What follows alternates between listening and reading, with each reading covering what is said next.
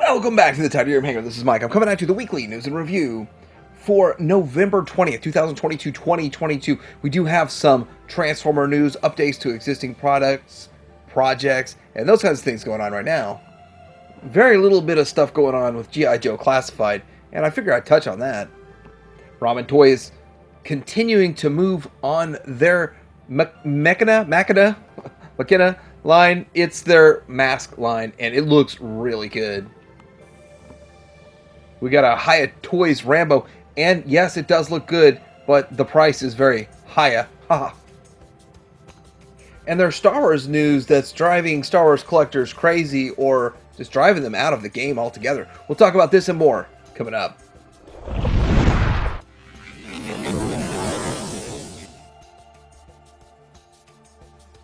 First off, what is new at Show Z? Well, they've got coming into stock the Mastermind Creations, the R35C Magna, and the R36C Inventa S Skylinks.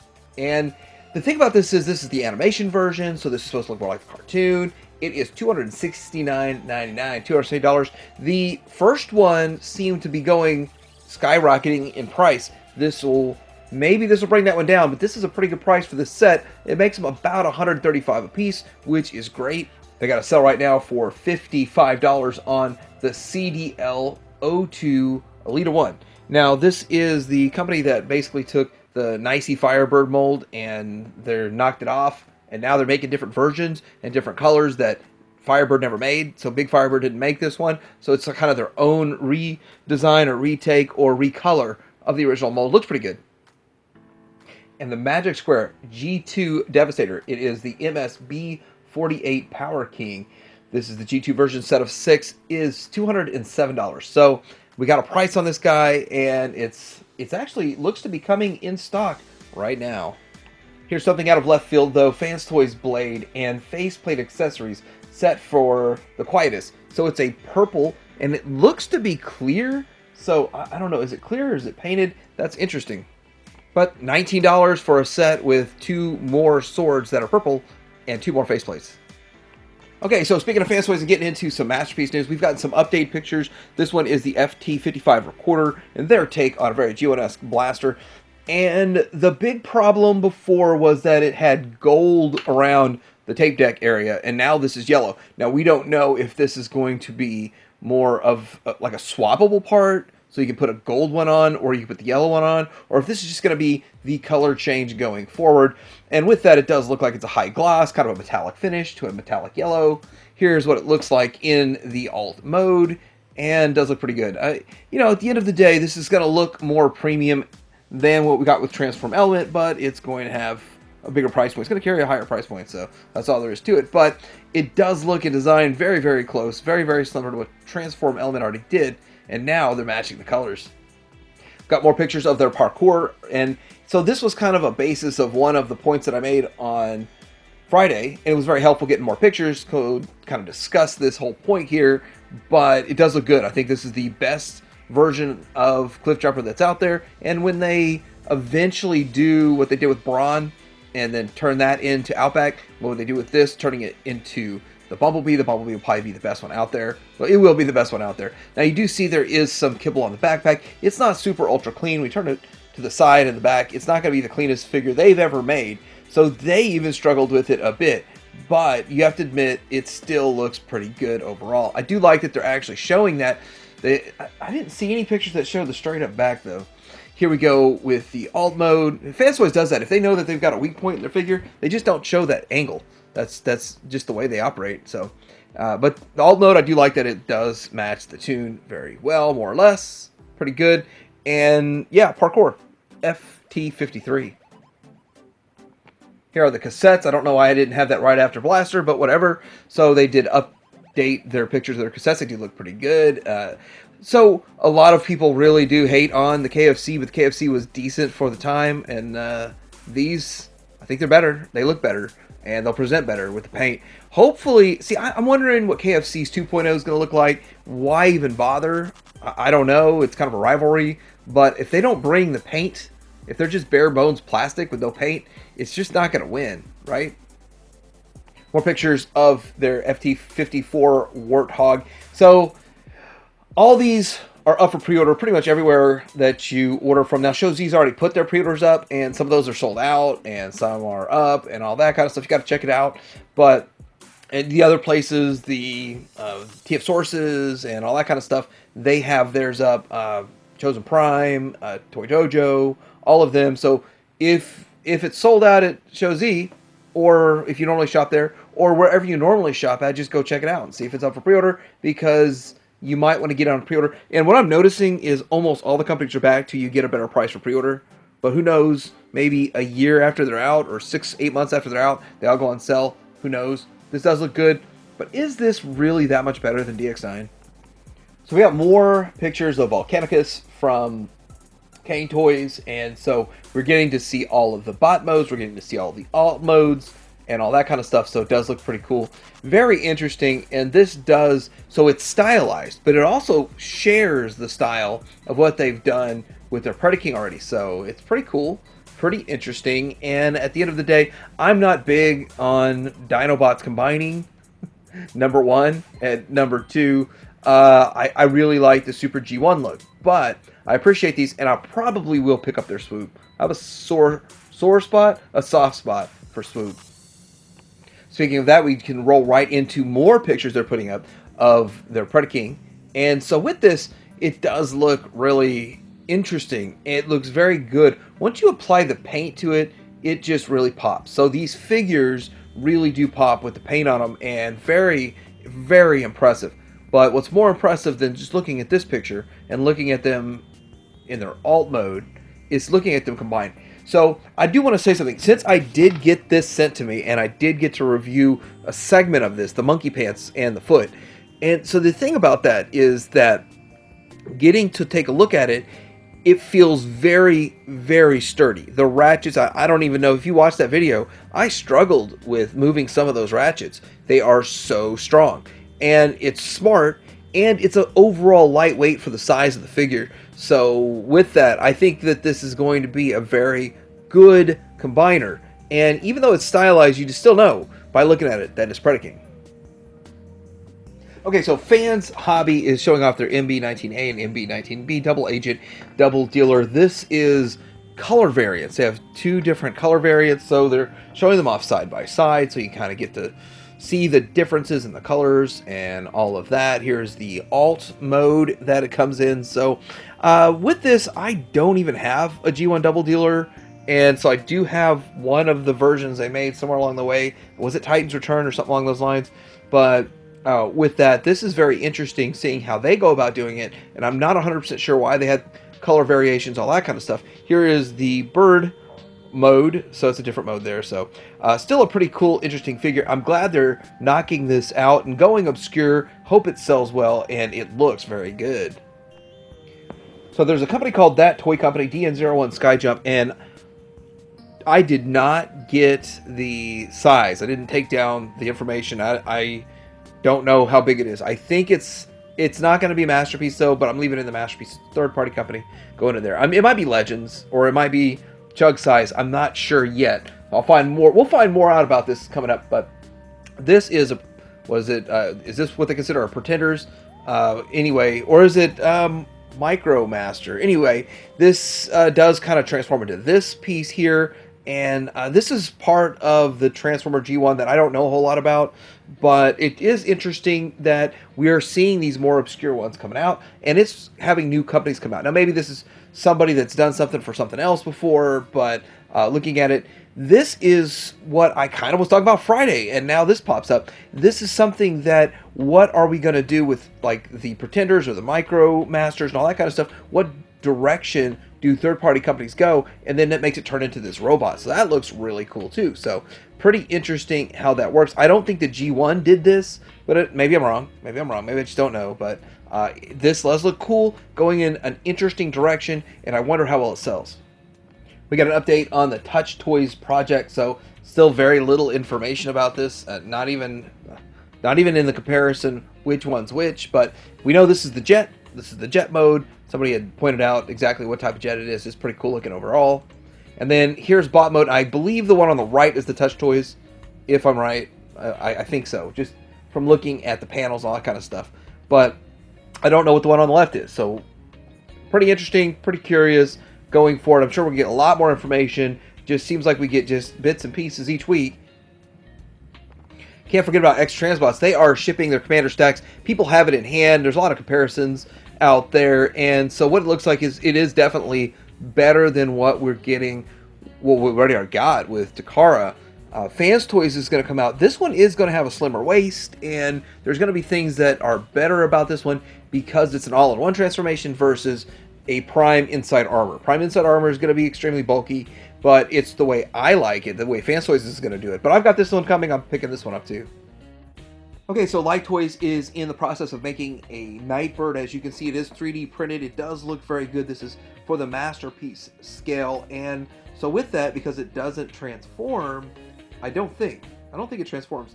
So with that, it can look perfect, and which it kind of does. It does look very good, exactly what you want from a Nightbird. But Takara's got theirs out too, but it's got a giant backpack. It's a remake of the RC mold, and so with this, no backpack and looking just like the show. Before we get into Legend stuff, we've got this Jizzy Toys. Jizzy? It's a Jizzy Toys. Jizzy. I don't know what this is either. I don't. They call it test mode.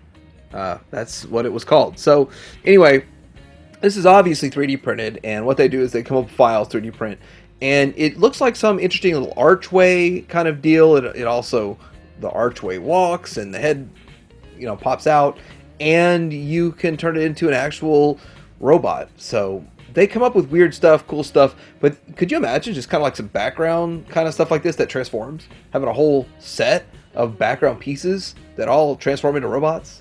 That would be interesting. So getting into Legends, Magic Square is putting out pictures of their Skyfire, their take. They call it Meteorite, and it's their take on Skyfire. As I made a Jetfire video, people really liked my G1 Jetfire video, so I've kind of been, doing stuff with Jetfires lately and looking forward to all these. I pre-ordered the New Age one. Now, looking at these side by side, I really don't know which one I'm going to like better, which is why I'm going to have to get them both. So I do like the design. On the left there is Magic Square, on the right is New Age, and in the middle is a recolor, or whatever they're doing with that. That's their Jetfire version of it, so you can make it look like Jetfire also. So that's what I believe is going on with that. But overall, I can't believe New Age is taller, which is something that you never see. You never see New Age taller than Magic Square. So that's one weird point. The other weird point is that I still kind of like the design of Magic Square better, but then the head sculpt of New Age better. It's really tough. It's like really tough. Like there's no clear winner here, is there? I could probably spend a whole hour talking about this because Jetfire, the original G1 Jetfire is my favorite G1 Transformer by far, and so the Skyfire, I'm just kind of a little obsessed with it because it was the cartoon that we never really got realized. Now we're going to get realized in so many different versions. So on the left is the cartoon. Then next to that is Takara. I believe it's Takara, which isn't out yet, but comes out like December. So it's coming pretty soon. And then we've got the Fastways Phoenix, which everyone that talked about Phoenix, like that was the end-all, be-all of Skyfire. We don't need another one. And then the next to it is Magic Square. So, and the next to that is New Age. But here's what I've got to say. When you put it like this, you take the Legends and make them the same exact size as the Masterpiece. You look at it side by side. Which one aesthetically looks the best to you? I mean, it's really hard. It doesn't feel like Fans Toys destroys the rest of them. It feels like they're all sort of in the running for the best and all pretty good. So if New Age or Magic Square upscaled them, that would be awesome. Quickly, the alt mode. The alt mode looks good too. So I've heard people bashing it, which I don't see anything wrong with it. It looks very clean, smooth. I don't see anything wrong with it really. So Magic Square does good work, great job, but New Age presents better. Fans Toys presents better. So it's one of those things, they need to get a good paint job on it, and they need to, they show they can paint. They had a good prime. They've got some really good, very metallic painted versions of their figures, but they don't do it very often, and they charge a premium. Speaking of Magic Square has their side swipe in a metallic repaint. So I just I just talked about this. Now they're repainting this with a metallic look, and the paint job looks good. I think it's going to have a good paint job, but then everyone in the past got shafted by buying the first one. Unless you don't really like this kind of stuff. You like the flat plastic, then you win. But this is the kind of stuff I like, and so they prove they can do it, but they don't always do it. And here we go with the, I don't know about that windshield, but anyway, it still looks pretty good overall. I like that shine, that sheen to it. And this is where I'm torn with Magic Square. It's like I want to jump on their first release, but then if you wait for a painted version, sometimes they never reissue it. It's kind of crazy. So Deathsaurus and some colored versions of this figure for the HasLab. It is $180. I don't know exactly how long you have to to order it. I've got to do a video on that. So that's the thing. A lot of people came to my channel wanting my thoughts on HasLabs, and it's much easier for me to have a long discussion about it if I'm in on it. I'm just not in on it because I'm getting the Masterpiece versions, the third-party versions, and I don't need multiple iterations of this character. But the people that went in on the Star Saber are more than likely going in on this, and this does look good. There is really nothing wrong with it, but what I've noticed from the original pictures to what we're seeing with this is that I like the smooth look of the original, and now they're adding a lot of line work, which the detail and all that kind of stuff is what people like, but I like the smooth look more. But anyway, with this picture you also see a throne. He gets to sit in his throne and all that kind of stuff. Here he is in his alt mode, and it just looks like Deathsaurus. It looks like what you'd expect, but I think for the same price you can get the MMC one, which is a third-party version, but it won't match up or scale up properly with what the first HasLab, which was the Victory Saber. So it wouldn't look the same. This has the same aesthetic hues as the Victory Saber, which is why people are in on it. And it's not bad. It looks good. And it's got a couple other components.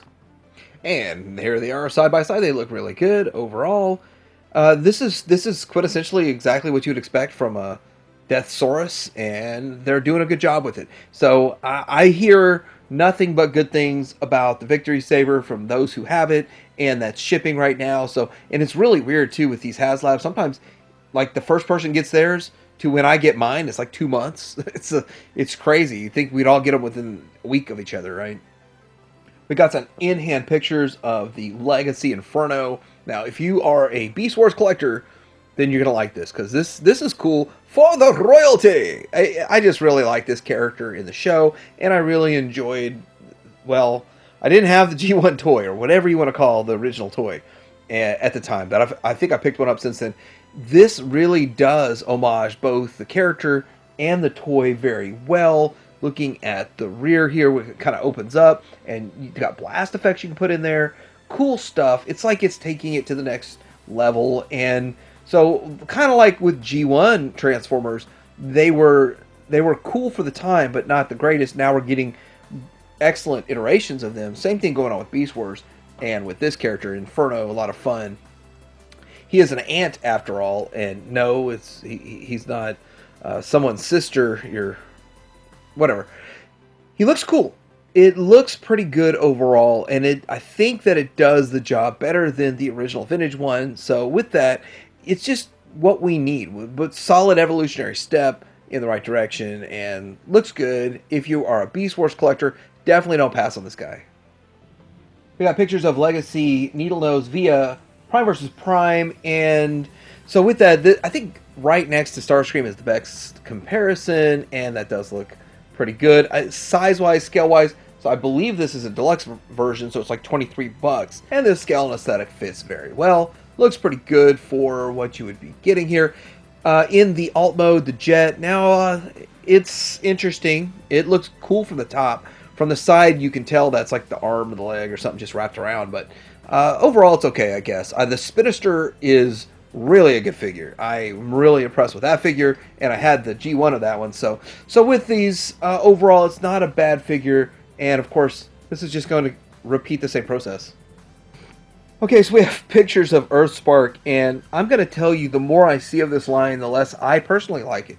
And I don't want to dampen anybody's like of this line, but it's just really not for me. It's targeting the kids. It's where Cyberverse left off. Now, I've picked up a handful of Cyberverse stuff with positive intentions and really wanting to like it, and not liking it at all. So I have to admit, I don't like the Cyberverse, and I feel like this is going to be about the same thing. Really looking at the packaging of this stuff, it's similar to what we're seeing packed right now, and you're going to be seeing this on the shelf and all that kind of stuff. Really interesting that you have a Build-A-Figure of what looks like to be a human character, so we'll see how that works. But overall, like, I'm not in on this, but I do like that kids get the option. Super easy transformations, that kind of stuff. Hopefully, they're pretty simple and easy transformations, and it gets the next generation in on it. And so with that, I'm still going to cover it. I'm going to talk about it. It's not for me or collectors, but there are going to be gems in here. So when I find those gems, I'm definitely going to sing praises for those gems. Maybe this figure, maybe this was a gem, who knows. So Susan Blue is going to attend TF Nation. One thing about Susan Blue is that she did voice RC, which is what we've known her for, but she's been involved with Transformers all along the way. Transmutate, did she really? No. Marissa Fairborn, Transmutate, Beast Wars, Beast Machines, Transformers Animated, Transformers Prime. She's done a lot of stuff in there, but I gotta say that I did watch some sort of special that she was in, and her range, she does like little boy voices to female voices, all that kind of stuff. So really awesome, really cool, great voice actress. So there's an article talking about Hasbro selling off their non-brand aspect of E1, and so really I'm not really in tune with what's going on with this Entertainment One that they've got going on. But what comes out of this is something that they've talked about a few times in the past, but they're focusing on Peppa Pig, Transformers, Dungeons and Dragons, Magic the Gathering, My Little Pony, Power Rangers, Play-Doh, and Monopoly and Clue. Notice that Transformers is what the company at Hasbro is focusing on. Not Star Wars, not G.I. Joe, not... See, it's interesting. They own the Transformers franchise, so we can expect to see a lot of great things coming from Transformers. Also, Dungeons and Dragons, they are doubling, tripling, and quadrupling down on Dungeons and Dragons. And if they don't go forward with the cartoon Dungeons and Dragons stuff, they're going to struggle. That's what's going to sell the best. I don't think the movie stuff's going to sell that well. But anyway, just interesting little topic there. Transformers fans have a lot to look forward to. All right, you're probably tired of Transformers news by now. That joke never gets old. Or does it get old? Yeah, it gets old. So anyway, Ramen Toy and their Machina line. This is really a fantastic version of Thunderhawk for a Kenner Mask re-representation. And I like what they're doing. They're putting a lot of work into it. They're not just slapping it out there. They're not just saying, hey, we just made this first one and ran with it. And a lot of people are going, what's taking so long? And why is this taking so long? But we kind of get like that as collectors. Like, why is it taking so long? And so I think that I'd rather have it good than fast. And especially something like this. Like, it's one of those things that I don't need it now. I need it good. And so I'm glad they're doing what they're doing to make it good, to make it great. This is going to be amazing. And this is one of those things I didn't even think we need. I'm like, I've got 6 Thunderhawks. You know, what do I need another one for? But when you see the differences, when I do a review, I get it in my hands and I do a review because I've spoken with Ace quite a bit about this. And there's so much cool stuff they're doing with it. It's just going to blow away what Kenner did. And yeah, it's like a $135 price point. To try to get a complete, in good condition Thunderhawk from Kenner, it's about the same price. This one took me by surprise. I could not believe they're doing this, but it's so simple and amazing. This is a Val Kilmer-ish head sculpt for He-Man for the new He-Man movie. He-Man's coming out for the Masterverse. They're coming out with one, but the head sculpt is way off. It doesn't match Val Kilmer at all. This is not exactly. They're not stealing his likeness. This is a close to, more like what you'd expect, and it looks fantastic. And it's on this He-Man because that's what they've got in hand. And then look at the exploding rocks behind it, all that kind of stuff.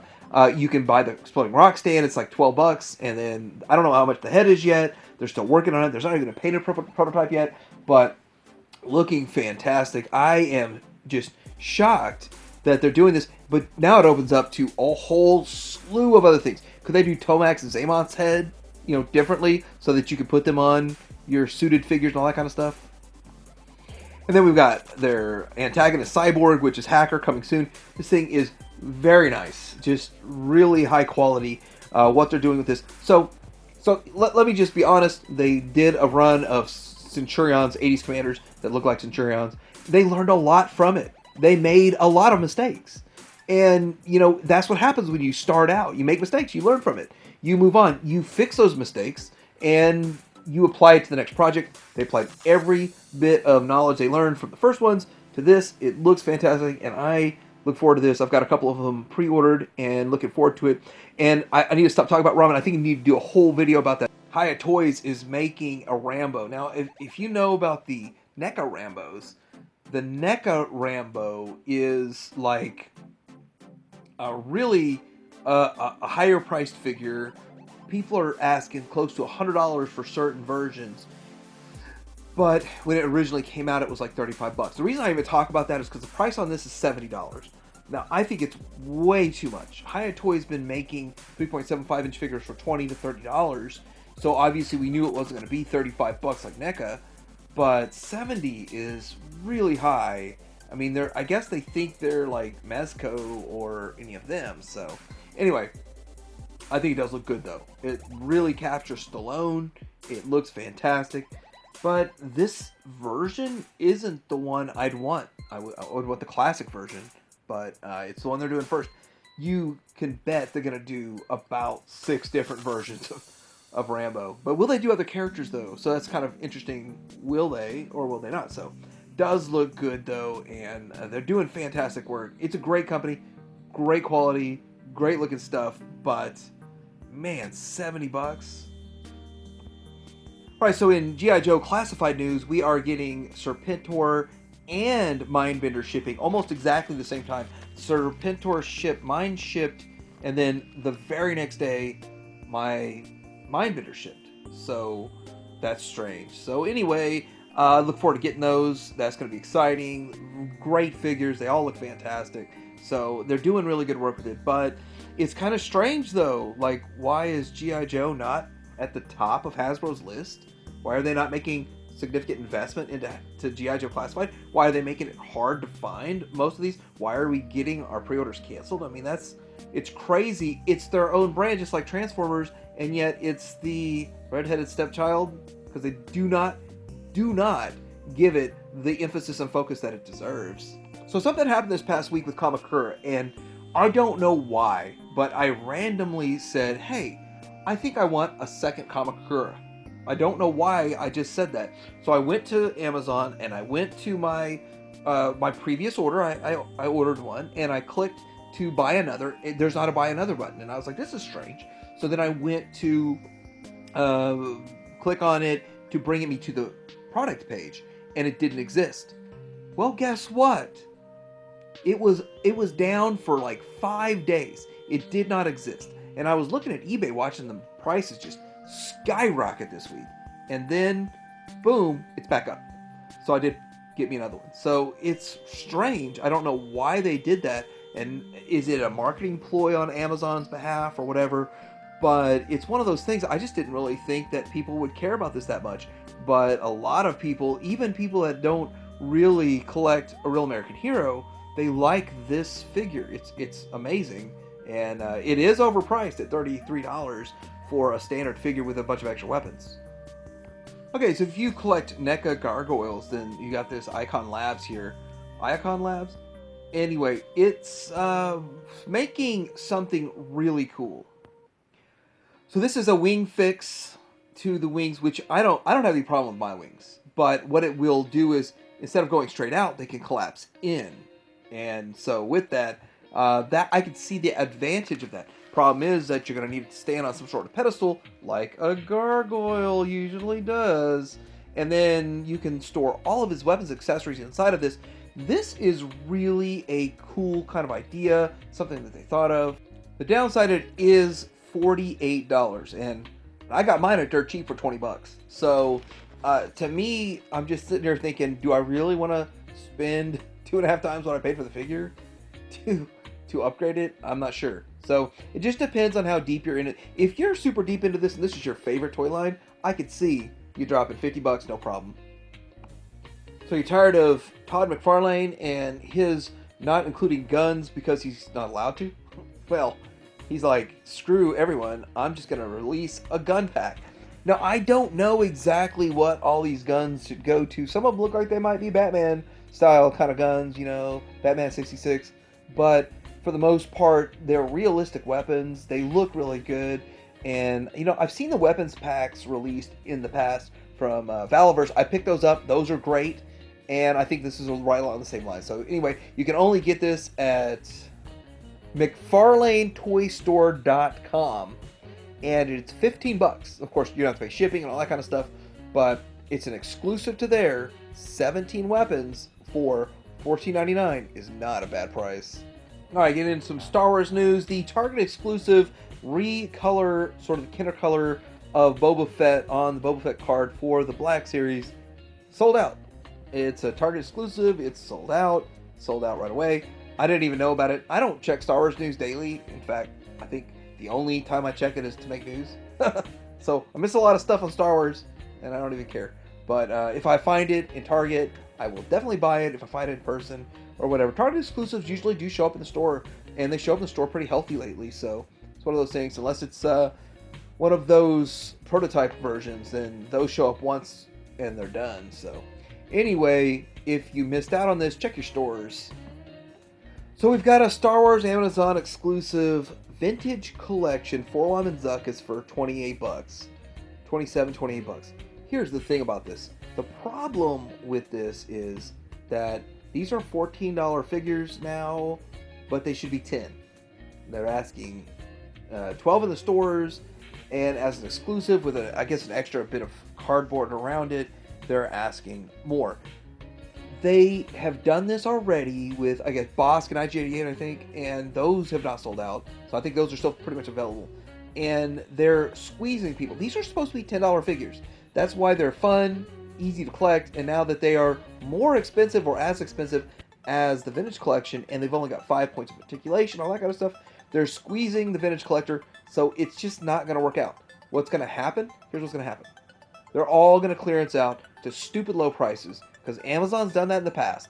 And Amazon, with their massive layoffs, and the same thing with Facebook and all these layoffs that we're seeing, we're going to see them try to maintain some sort of capital by clearancing these out. I believe these are Pulse exclusives. Is that what it is? Is this a Pulse exclusive? This blew everyone's mind, though, that carbonized versions of Royal Guard and TIE Fighter Pilot. Okay, this just in. Amazon exclusive. So, what the heck? This is an Amazon exclusive, $70. So, two $20 figures that may be $23 figures, $70 because of carbonized. And I don't know anybody that's ordered it or plans to order it or is going to pay that price for it. It's just insane. So already is Star Wars dying on the vine, but it's dying and you're going to almost double the price? That's insane. That is insane. Should be $50, $40, $49.99, $46 or something, but $70? I mean, I'm almost tempted at $50, but no, not at all at $70. So this is what this past week, many people have talked about this, but I just don't see it selling. And if you're already struggling financially, overcharging, selling way less is not going to help you. All right, so what do you think about this week's weekly news and review? What all else is going out there that I missed? What cool stuff is going on in the community? Let me know. Like and subscribe, and continue to hang around.